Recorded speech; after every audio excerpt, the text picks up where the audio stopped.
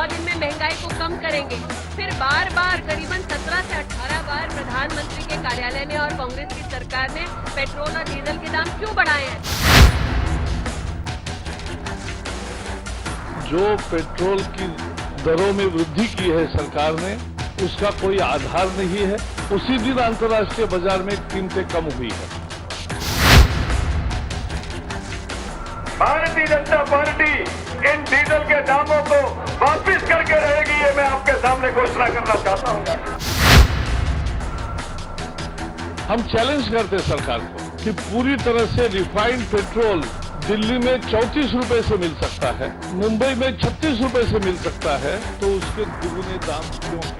सखी सैया बखूबई कमात है, महंगाई डायन खाया जात है।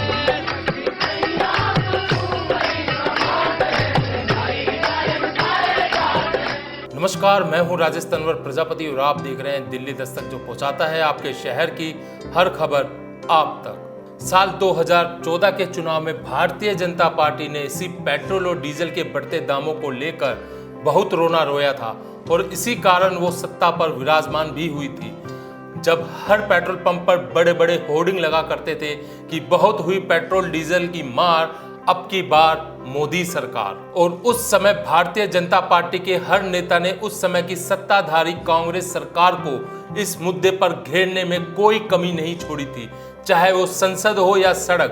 भारतीय जनता पार्टी के नेता और कार्यकर्ताओं ने मिलकर कांग्रेस पार्टी को जमकर घेरा था और शायद यही वजह रही थी कि कांग्रेस सरकार 2014 का चुनाव पूरी तरह हारी थी। साल बदल गए, पार्टी बदल गई, लेकिन देश में आम जनता के ऊपर महंगाई का बोझ ज्यों की त्यों बना हुआ है। 6 साल बीतने के बाद भी महंगाई डायन आम जनता को खाए जात है। देश में लगातार पेट्रोल और डीजल के दाम आसमान छू रहे हैं, जिससे दूसरे सामानों पर भी इसका असर देखने को मिल रहा है। देश की राजधानी कही जाने वाली दिल्ली में तो वो हुआ जो इतिहास में कभी नहीं हुआ है। पहली बार डीजल के दाम पेट्रोल को पछाड़ आगे बढ़ गए हैं, लेकिन इससे सत्ताधारी बीजेपी सरकार को कोई फर्क नहीं पड़ता।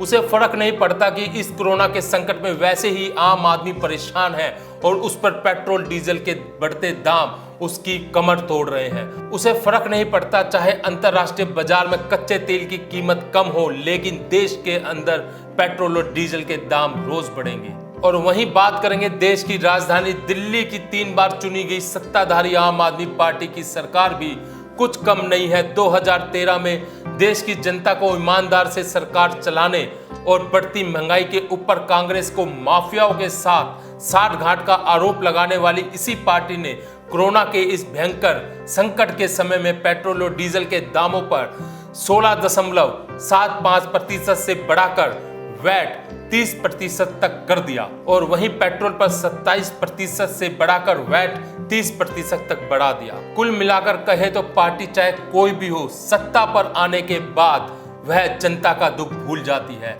देश की आम जनता इसी तरह पिसती चली जाती है। इसके जिम्मेवार कहीं ना कहीं आप और हम भी हैं। हर चुनाव में आप और हम पार्टी को बदलने के लिए वोट का फर्ज निभाते हैं, लेकिन हम नहीं बदल पाते। हर बार राजनीतिक पार्टियों के झूठे झांसों में हम आ जाते हैं, लेकिन अब समय है कि देश की आम जनता को खुद बदलना होगा।